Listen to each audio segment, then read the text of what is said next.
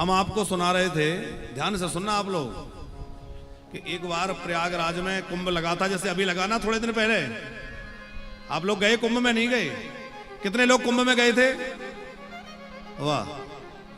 लेकिन भाई लोग सब गए, हमारी बहनों को, माताओं को कोई नहीं ले गए। ये तो हाथ ही नहीं खड़ा कर रहे, ये तो गलत बात है भैया। तीर्थ जाओ। अच्छा, शादी के 7-5 वचन याद है कि नहीं आपको? 7-5 वचनों में अब सुनता कौन है?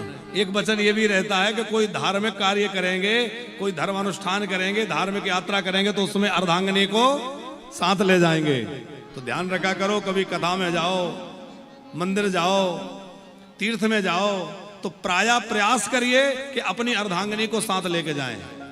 हाँ, भोले बाबा कथा सुनने जाते तो अकेले नहीं जाते, साथ में संग सती जग जननी भवानी। तो हम आपसे सुना रहे थे कि एक बार कुंभ लगा था, जैसे अभी लगा था, इसी तरह कभी लगा होगा। तो माता पार्वती भगवान शंकर से बोली कि हे विश्वनाथ, ये लाखों लाख लोग डुबकी लगा रहे हैं, अब तो सबका कल्याण हो जाएगा, ये सब मुक्त हो जाएंगे। भोले बाबा बोले नहीं देवी, इनमें से सब मुक्त नहीं होंगे, कुछ लोग मुक्त हो जाएंगे। पार्वती जी ने कहा ऐसा क्यों? अरे सब एक साथ डुबकी लगा रहे तो सबका कल्याण होगा, एक का क्यों होगा, कुछ लोगों का क्यों होगा? बोले बाबा, बोले देवी, बात ऐसी है कि जिसकी श्रद्धा होगी, जिसको पक्का भरोसा होगा, उसी को लाभ मिलेगा, सबको एक जैसा लाभ नहीं मिलेगा। तो पार्वती जी ने कहा भाई बात मेरी तो समझ में नहीं आ रही कि क्या गंगा जी भी पक्षपात करती हैं? ऐसा क्यों होगा? अरे गंगा जी एक ही है, पर्व भी एक ही है, समय भी एक ही है, एक ही पर्व काल में, एक ही समय में इतने लोग गोते लगाएंगे और किसी को मुक्ति मिल जाएगी, किसी को नहीं मिलेगी, ये क्या बात हुई? बोले बाबा, बोले चलो देख लेते हैं। तो भगवान शंकर पार्वती जी को लेकर गए और भोले बाबा एक वृद्ध कोड़ी का रूप बना करके एक रास्ते में लेट गए। भोले बाबा तो लीला कर रहे हैं, पार्वती जी एक बुढ़िया बन के साथ में खड़ी हो गई और जितने लोग स्नान करके गंगा जी से आ रहे हैं उसी रास्ते में खड़े हो गए। और पार्वती जी जो भी स्नान करके आ रहा है उनसे कह रही देखो भैया, मेरे पति वृद्ध हैं, अब ये गिर गए हैं, इनसे उठते नहीं बन रहा है, थोड़ा सा हाथ लगा के, सहारा लगा के इनको उठा दो। जैसे ही व्यक्ति उठाने जाता है वो कहती है सुनो सुनो, ऐसे हाथ मत लगाना, यदि तुमने जीवन में कोई पाप ना किया हो, तुम पूरी तरह निष्पाप हो, तो ही मेरे पति को हाथ लगाना, नहीं तो कोड़ी हो जाओगे। अब वो व्यक्ति सोचता कि भाई जीवन में पाप तो कुछ ना कुछ बने ही होंगे, कहीं ऐसा ना हो कि इसको हाथ लगाएं हम भी कोड़ी हो जाएं, वो निकल जाता। ऐसे सैकड़ों लोग निकल गए। हर व्यक्ति से पार्वती जी यही कहती कि यदि तुम्हारे पास कोई पाप तुमने ना किया हो, तुम्हारे जीवन में कोई पाप ना हो, तो तुम्हें गोता लगा के आ रहा हूं। उसने हाथ पकड़ के उनको उठाना चाहा, भगवान शंकर तो शंकर थे, उठ के खड़े हो गए। शिव जी ने दर्शन दिया, उसको निहाल किया और पार्वती जी से कहा देखा तुमने, इतने लोगों ने स्नान किया पर किसी को ऐसा भरोसा नहीं है कि हमने गंगा स्नान किया हमारे पाप धुल गए। इस व्यक्ति को यह है कि हाँ हमारे पाप धुल गए। बात समझ में आ रही?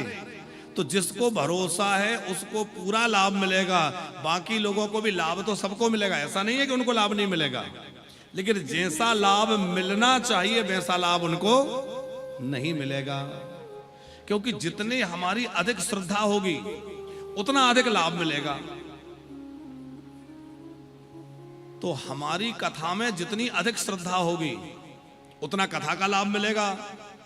तो कथा में हमारी श्रद्धा कैसे बढ़े, या किसी भी व्रत में, किसी भी पूजा में, किसी भी कार्य में श्रद्धा कैसे बढ़े? तो श्रद्धा बढ़ने के लिए पहले उसका महात्म सुना जाता है कि वो कैसा है, क्या महिमा है। तो शिव महापुराण की महिमा स्कंद पुराण आदि में वर्णित है कि किस प्रकार शिव महापुराण पापियों को पाप से उबार देते हैं और किस प्रकार शिव पुराण के सुनने से जीवन में भक्ति, मुक्ति और विवेक की उत्पत्ति होती है। तीर्थराज प्रयाग की अभी हमने आपसे चर्चा की और शिव महापुराण भी तीर्थराज प्रयाग से ही प्रारंभ हुआ है। महात्म्य की जो कथा है वह नैमिषारण्य से प्रारंभ है, लेकिन शिव महापुराण की जो मूल कथा है वो प्रयागराज से प्रारंभ है। नैमिषारण्य में 88,000 महात्मा सब बैठे थे, ऋषि बैठे थे और 88,000 ऋषियों के मुनि मंडली के बीच में श्री सूत जी महाराज विराजमान है। सूत जी बड़े ज्ञानी हैं, पुराण वेदता हैं, व्यास जी के शिष्य हैं। सब ऋषियों की ओर से सौनक जी ने उनसे प्रश्न किया, हे सूत महाप्राज्ञ सर्वसिद्धांत प्रभो आख्याहि मे कथा सारम पुराणानां विशेषता।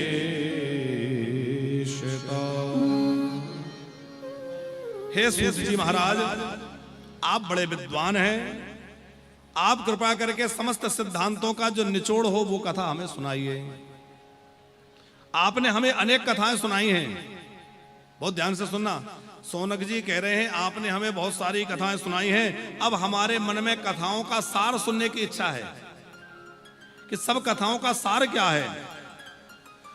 सब पुराणों में जो विशेष महत्वपूर्ण हो और जिसका विशेष महिमा हो, ऐसा पुराण, ऐसी कथा हमें सुनाइए कि सदाचारश्च सद्भक्तिर्विवेको वर्धते कथम स्वीकार निरासश्च सज्जनैः क्रियते कथम।